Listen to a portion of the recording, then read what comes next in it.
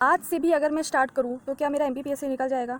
या फिर दीदी मैंने अभी कुछ भी नहीं पढ़ा है और मेरे पास नेक्स्ट सिर्फ 2 महीने हैं और मेरा फ़लाना नाम का एग्ज़ाम है, क्या मैं निकाल सकता हूँ या निकाल सकती हूँ? प्राची, मैं हाउसवाइफ़ हूँ, मेरे यहाँ कोई सपोर्ट नहीं करता, इवन मेरे हस्बैंड भी सपोर्ट नहीं करते और मुझे बहुत डिमोटिवेशन फ़ील होता है, तो मैं कैसे मैनेज करूँ? मैं क्या एग्ज़ाम निकाल सकती हूँ? ऐसे बहुत सारे कमेंट्स मेरे हर एक वीडियो के कमेंट बॉक्स में पड़े रहते हैं। तो जब मैं ये सारी चीज़ें पढ़ती हूँ ना, तो मुझे तो एक बार बहुत अच्छा फ़ील होता है कि लोग मुझसे एक्सपेक्ट करते हैं कि मैं इन सारी चीज़ों को, उनकी प्रॉब्लम को एक वीडियो बना के सॉल्व कर सकती हूँ। मतलब वो उनको एक्सपेक्टेशन होती है मुझसे, उम्मीदें होती हैं कि हाँ, प्राची दीदी या फिर प्राची इस टॉपिक पे वीडियो बनाएगी तो शायद उनको कुछ सॉल्यूशन मिले। तो अगर आप मुझे इस लायक समझते हो, उसके लिए बहुत बहुत बहुत दिल से धन्यवाद। कि मैं सोचती हूँ कि मैं I am a big zero, मैं बहुत बड़ी शून्य हूँ, मुझे कुछ नहीं आता है, मैं कुछ भी नहीं हूँ। आज कहाँ से कहाँ लोग पहुँच रहे हैं, लेकिन अगर मुझे 5 लोग भी अपना आइडियल समझते हैं, अपना इंस्पिरेशन समझते हैं, तो उसके लिए दिल से थैंक यू। क्योंकि मैं कुछ भी नहीं हूँ, लेकिन आप अगर इतना सम्मान, इतना इज्जत दे रहे हो तो उसके लिए थैंक यू तो बनता है। और दूसरी बात, अभी वीडियो स्टार्ट करने से पहले मैं अपना इंट्रो आज दे देती हूँ, क्योंकि बहुत लोगों ने पूछा कि आप कौन से जॉब में हो, कौन से जॉब पे नहीं हो। तो मेरा 2021 का मैंने 2 एग्ज़ाम्स दिए थे, मतलब एक ही एग्ज़ाम के अंतर्गत 2 एग्ज़ाम हुआ था। एक प्री हुआ था, फिर उसके बाद कुछ बच्चे छांटे गए थे, 18-20 लाख में 2.5 लाख बचे थे, कुछ कट ऑफ ऐसे निर्धारित की गई थी। उसके बाद मेंस हुआ था यूपी लेखपाल का, उत्तर प्रदेश का, ठीक है। क्योंकि मैं एक ऐसा, मतलब मैं चाहती थी कि कुछ मेरी जॉब सिक्योर हो जाए। तो एमपी में कोई वैकेंसी आ नहीं रही थी। एमपी का जेल प्रहरी का मैंने दिया था, उसमें मेरा रिटन क्लियर हुआ था, बट मेरा फिजिकल क्लियर नहीं हुआ। तो मेरा मेन तो अल्टीमेट जो एम है वो एमपीपीएससी है। तो मैं प्रीलिम्स के साथ साथ मैं अदर एग्जाम्स की भी तैयारी करती थी। और वो कैसे करती थी, अलग से मैं वीडियो लेके आऊँगी, क्योंकि बहुत ज़्यादा ज़रूरी है जॉब सिक्योरिटी। मैं अपने एक्सपीरियंस से बता रही हूँ, ठीक है। तो मैंने वो 21 में दिया था, फिर 22 में मेन एग्जाम हुआ था। तो अभी जाके लगभग कुछ दिन पहले ही 30 दिसंबर को मेरा रिजल्ट आया, जिसमें मेरा फाइनल सिलेक्शन हो गया है, ठीक है। तो मैं यूपी लेखपाल हूँ प्रेजेंट टाइम में। अभी परसों ही ज्वाइनिंग है, ज्वाइनिंग लेटर मिलेगा, फिर उसके बाद मैं ज्वाइन करूँगी, है ना। ज्वाइनिंग मतलब बाकी सारा चीज़ हो गया है, डॉक्यूमेंट वगैरह सब कुछ हो गया, बस अब ज्वाइन करना बाकी है, वो जो कि परसों होनी है। और साथ में मेरे 4 प्रीलिम्स लगातार कंटिन्यूअस निकले हुए हैं, ठीक है। ये सारी बस इतना ही चीज़ें, और कुछ 1-2 वनडे एग्जाम्स निकले हुए हैं, ठीक है। तो अब स्टार्ट करते हैं कि जो क्वेश्चंस आ रहे हैं कि फ़लाने दिन में, मान के चलते हैं 60 दिन में, या फिर मान के चलते हैं 50 दिन में, 40 दिन में, क्या मैं एग्ज़ाम क्लियर कर सकता हूँ? सबसे पहले मैं इस पर बात करूँगी। तो देखो, आपके ऊपर है। मेरे सामने अगर 15 दिन भी बचते हैं और अगर मैंने सोच लिया कि इस एग्ज़ाम को निकालना है, मेरे सोचने पे कभी कभी मुझे लगता है कि यार नहीं निकाल पाऊंगी, तो मैं नहीं निकाल पाती। लेकिन जब मुझे लगता है कि निकाल सकती हूँ तो मैं निकाल लेती हूँ। तो जब भी कोई आप फॉर्म भरो और आपके सामने जितने भी दिन हो, उसको आप नोट डाउन कर लो। अब आप सोचो कि वो एग्ज़ाम आखिर क्यों ज़रूरी है।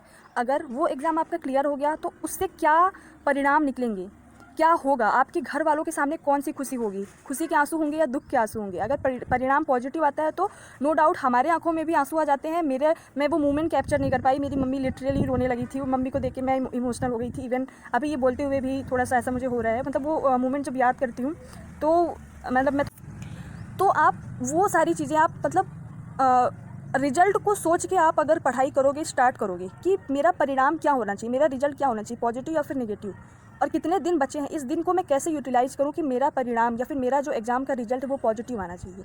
ये सारी सोच के फिर आप स्ट्रैटेजी बनाओ। अब स्ट्रैटेजी बनाने के लिए आपको प्रीवियस ईयर के क्वेश्चन पेपर हर एक एग्जाम को लेके मैं चल रही हूँ, ठीक है। चाहे एसएससी जीडी हो, चाहे एमपीएसआई जो आने वाली है, एमपी पुलिस आने वाली है, यूपी पुलिस, एमपीपीएससी, कोई भी एग्जाम हो, हर एक एग्जाम का यही कॉमन पॉइंट्स होते हैं।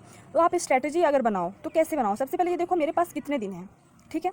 दिन देख लिया, अब देख लो कि सिलेबस क्या है उसका, ठीक है। सिलेबस देख लिया, देख लो कि उस सिलेबस में आपके कुछ स्ट्रॉन्गेस्ट पॉइंट होंगे, टॉपिक्स होंगे, या फिर स्ट्रॉन्गेस्ट सब्जेक्ट होगी, वो आपका स्ट्रेंथ होगा।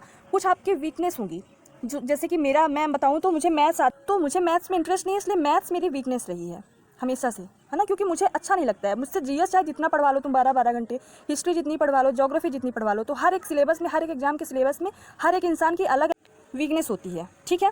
तो उस हिसाब से आपको पूरी स्ट्रेटजी बनानी है, जो आपकी स्ट्रेंथ हो उस पर और पकड़ बनाओ कि अगर उससे 15 क्वेश्चन आ रहे हैं तो 15 के 15 आपको आने चाहिए।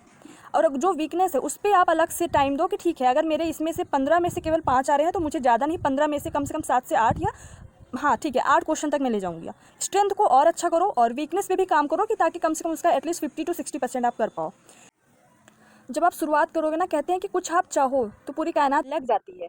तो इसी तरीके से आप जब शुरुआत करोगे तो अपने आप कभी ना कभी आपके साथ ऐसा होगा कि आपको फलाना एग्ज़ाम के लिए कोई ना कोई ऐसे सामने स्ट्रेटजी वीडियो आ जाएगी। जैसे एमपीपीएससी को जिसने दिल से चाहा उसके सामने स्क्रॉल करते हुए यूट्यूब पे मेरी वीडियो आ गई होगी, उनका रास्ता आसान हो गया होगा। तो मैं ये कह रही हूँ कि आज अभी से शुरुआत करो। अगर आपका एम है एक फोकस्ड वे में, अभी से शुरुआत करो। मैं बोल रही हूँ आपको रास्ता अपने आप मिलता जाएगा, बट आपको शुरुआत करनी पड़ेगी।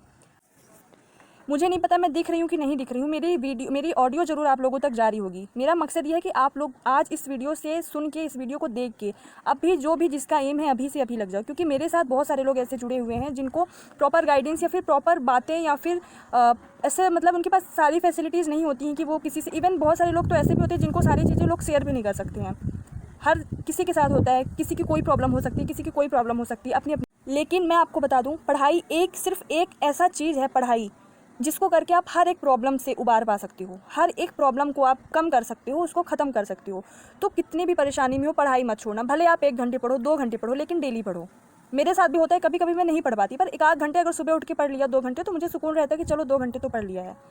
तो आप अगर मुझसे कोई पूछे कि क्या मैं 60 दिन में कर सकता हूँ, क्या मैं 30 दिन में कर सकता हूँ, वो आपके मन के ऊपर है। अगर आपका मन बोल दिया कि मैं कर सकता हूँ तो आप कर जाओगे। वही होता है ना कि कॉन्फिडेंस, अगर आपने कॉन्फिडेंस रखा है अपने ऊपर विश्वास है कि जितने भी सोर्सेज है मेरे सामने उसी को पढ़ के आपके सामने, आपके ऊपर, आपको खुद के ऊपर इतना विश्वास होना चाहिए कि बगल वाला 2-2 मोटी बुक्स ला के बोले कि मैंने इससे पढ़ा है और मैंने सब पढ़ लिया है, और आपने सिर्फ ल्यूसन पढ़ी है, फिर भी आपको लगेगा कि नहीं इससे तो ज़्यादा नंबर आने वाले हैं। ये ओवर कॉन्फिडेंस नहीं है, ये कॉन्फिडेंस है। आपको दूसरों से मतलब ही नहीं होना चाहिए। मेरे अंदर शायद ये मुझे क्वालिटी बहुत अच्छी लगती है कि कोई कितना भी आके मेरे को बोल दे कि मैंने ये पढ़ा है वो पढ़ा है, मुझे लगता है मेरा सिलेक्शन हो जाएगा, बाकियों का मुझे नहीं पता है। जहाँ पे मैं चाहती हूँ, शायद मेंस में मैंने अभी तक दिल से नहीं चाहा, इसलिए मेरा नहीं हुआ है। पता नहीं वो मैं दिल से कब चाहूँगी, पर ये मुझे पता है कि दिल से एक न एक दिन चाहूँगी और मेरा हो जाएगा। मैं एक चीज़ बता दूँ कि कोई भी एग्ज़ाम क्लियर करना इम्पॉसिबल नहीं है। कोई भी एग्ज़ाम कोई भी क्लियर कर सकता है, सिर्फ एक चाहत की ज़रूरत होती है और वो दिल से चाहने की ज़रूरत होती है। और दूसरी बात, अगर ये बोलूँ कि अगर आपके घर वाले सपोर्ट नहीं कर रहे हैं, आपकी फैमिली जो मैरिड है सपोर्ट नहीं कर रही है, ससुराल वाले सपोर्ट, इवन हस्बैंड सपोर्ट नहीं कर रहे हैं, तो देखो एक ही चीज़ बोलूँगी, लोग अभी आके बोल रहे हैं ना, जिस दिन आपका सिलेक्शन हो जाएगा वही आपको वाहवाही देंगे। तो अभी तो आपको जहर के घूंट पीने पड़ेंगे, अभी आपको हर एक चीज़ सुननी पड़ेगी, चाहे जो भी आगे सामने से बोले, बस आप उसको इग्नोर करो। जितना ज़्यादा इग्नोर कर पाओगे, इग्नोरिंग मेथड अपनाओ, जितना ज़्यादा इग्नोर करोगे उतना ज़्यादा आप आगे बढ़ पाओगे। अगर आपको आके कोई बोल रहा है कि बच्चे हो गए हैं, बच्चों को पढ़ाओगे, एक ऐसा कमेंट आया था कि मेरे हस्बैंड बोलते हैं कि तुम्हारे बच्चे हो गए, तुम बच्चों को पढ़ाओगी कि खुद पढ़ोगी?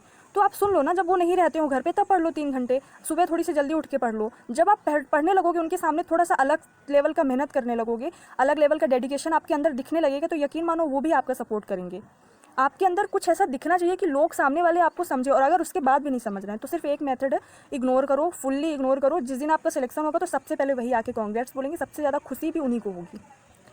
तो सबसे बड़ा यही बोलते हैं रोग होता है कि क्या कहेंगे लोग, तो इस रोग को आपको निकालना पड़ेगा। कोई कुछ भी सोचे, मेरे अंदर शायद मुझे खासियत यही लगती है कि मैं वीडियो भी बनाती हूँ तो मैं बहुत कुछ बोल जाती हूँ, और मुझे नहीं, मेरे घर वाले भी सुनते हैं और मुझे लगता भी है, थोड़ा सा अजीब लगता है कि क्या बोल गई और घर वाले भी सुन रहे होंगे, बट सोचती हूँ ठीक है ना, मतलब ऐसा कुछ तो बोला नहीं है।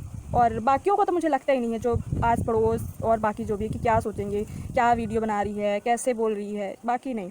तो आपको नहीं सोचना है, बिल्कुल किसी के बारे में नहीं सोचना है, क्योंकि आप खुद के जिम्मेदार होगे। 3 साल बाद आपके पास नौकरी है या 3 साल बाद आपके पास नौकरी नहीं है, आप सेल्फ इंडिपेंडेंट हो या नहीं हो, इसके जिम्मेदार सिर्फ और सिर्फ आप होगे।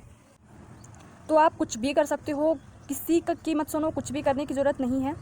आप लोग सिर्फ एक बात मेरी सुन लो, मन के जीते जीत है, मन के हारे हार। 30 दिन बचे हैं तो भी आप फोड़ सकते हो, 50 दिन बचे हैं तो भी फोड़ सकते हो। जो इंसान अगर सेल्फ कॉन्फिडेंट नहीं है तो 50 दिन भी उतना नहीं पढ़ सकता। अगर आप सेल्फ कॉन्फिडेंट हो और ताबड़तोड़ मेहनत किए तो आप 20 दिन में भी 50 दिन के बराबर पढ़ सकते हो। एक चिंगारी की ज़रूरत होती है, और वो चिंगारी कहीं से भी मिल सकती हो। मे भी किसी ने आपको जलील किया हो कि तुम्हारे पास तो एक नौकरी भी नहीं है, मे भी आपके घर वाले सपोर्ट नहीं करते हो। हर एक, मेरी एक बात ये होती है कि अगर मेरे साथ कोई ऐसी प्रॉब्लम होती है या फिर मेरे ऊपर मतलब कोई ऐसी परेशानी आती है तो मैं और ज़्यादा स्ट्रॉन्ग होती हूँ। मुझे लगता है कि नहीं, मैं और अच्छा कर सकती हूँ। अगर मेरे लाइफ में कुछ ऐसी, भगवान की दया से कुछ ऐसा अभी होता नहीं है, लेकिन कभी भी कोई ऐसी परेशानी आती है तो मैं और ज़्यादा स्ट्रॉन्ग बनती हूँ। तो ये क्वालिटी आपके अंदर होनी चाहिए। कितने भी पहाड़ टूटे, कितनी भी परेशानियाँ हैं, आपको और ज़्यादा स्ट्रॉन्ग होना है, और मेहनत करनी है, और लड़ना है, मन से भी लड़ना है, बाहर से भी लड़ना है। तो आई होप कि ये वीडियो अच्छी लगी हो, कमेंट करके ज़रूर बताएं। और बाकी MPPSC से रिलेटेड वीडियोज आती रहेंगी, 2-2 दिन में, 3-3 दिन में। सपोर्ट बनाए रखें और कमेंट्स ढेर सारा करें, भर भर के। मुझे अच्छा लगता है कमेंट्स पढ़ के आप सभी के। लाइक किया करें एंड सब्सक्राइब करना ना भूलें। Thank you so much. जय हिंद, जय भारत।